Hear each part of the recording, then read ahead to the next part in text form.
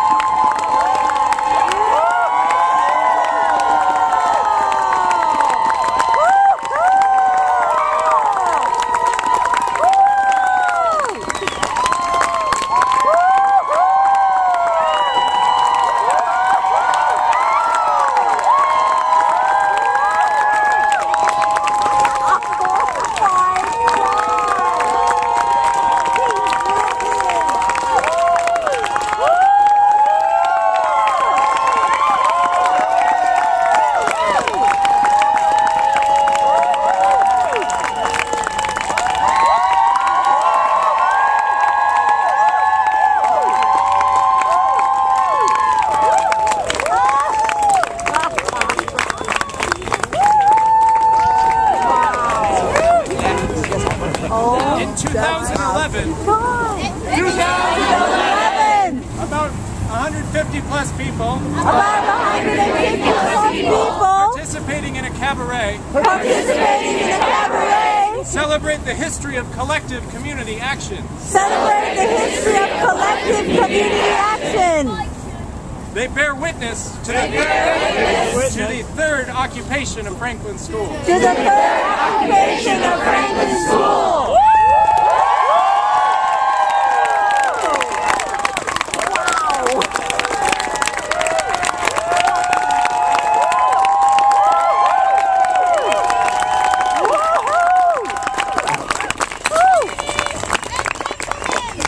Everyone in between, Franklin School is now occupied.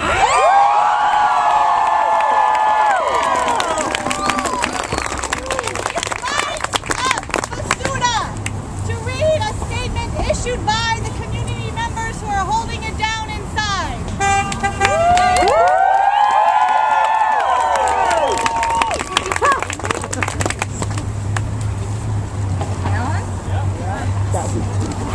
This is a statement from Free Franklin.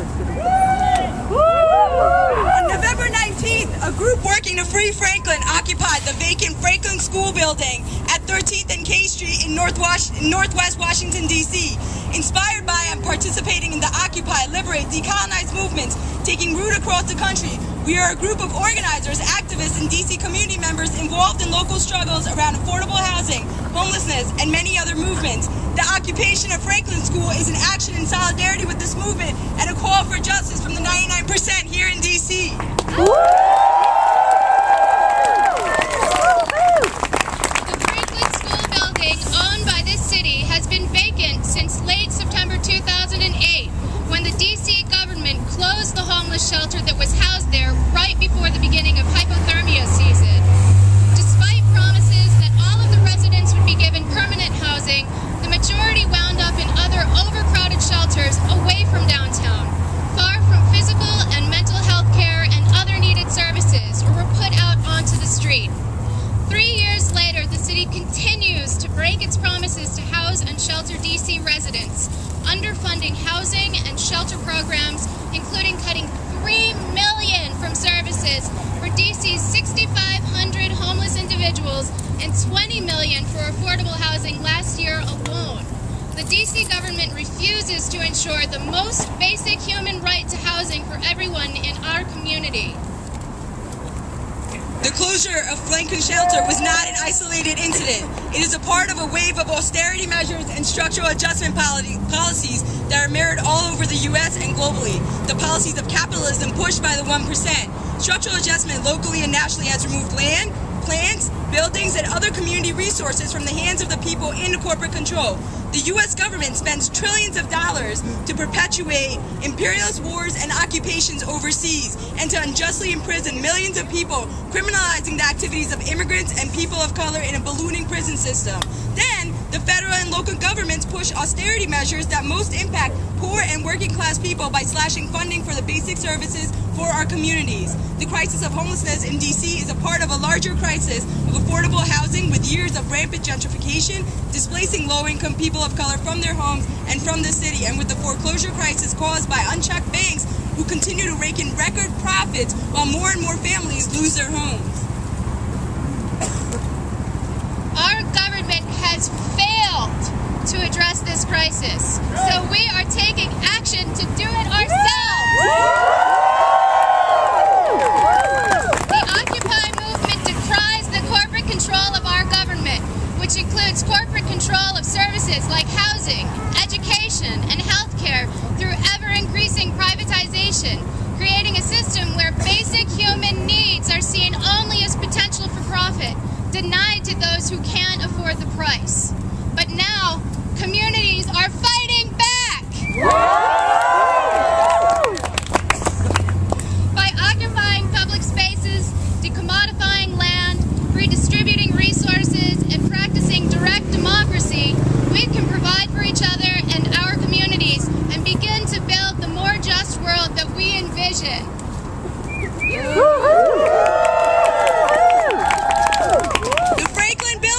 Public building that belongs to the people of D.C. and must be put to use for the benefit of the community to meet the greatest community need. It is not surplus, and the people of D.C. will not allow the government to give it away or sell it to private developers to turn it into a boutique hotel. D.C. residents are denied statehood and budget autonomy, a disenfranchisement fueled by racism, and are acutely aware of the importance of having corporate control over our own resources. Therefore, we demand Franklin be put to more productive use and a genuinely participatory process for D.C. communities to determine what is most needed. We can't forget that the building first became a homeless shelter thanks to an occupation carried out in 2002 by a community group actively taking control of public property to put it for use for the public good.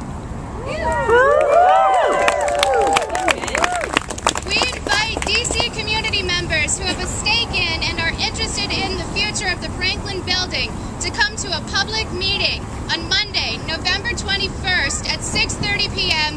at Asbury United Methodist Church, which is at 11th and K Street Northwest, to talk about community needs and your vision for the future of the Franklin building. It could be reopened as a homeless shelter or a drop-in site. In fact, there was previously a proposal made by former residents to do sweat equity to fix it up, an adult education center, a public school, a free health clinic, a community center, street legal clinic, other ideas. You bring them. Bring your ideas and your vision for how to develop this space under community control and in collaboration with growing movements for social and economic justice in D.C. and beyond. We call on other members of the Occupy movement in Washington, D.C. and around the world to join us in reclaiming unused spaces. We will not allow a few people to determine the use of our community property. We demand a truly participatory process, and we will model the future that we believe is possible. Rise up, y'all.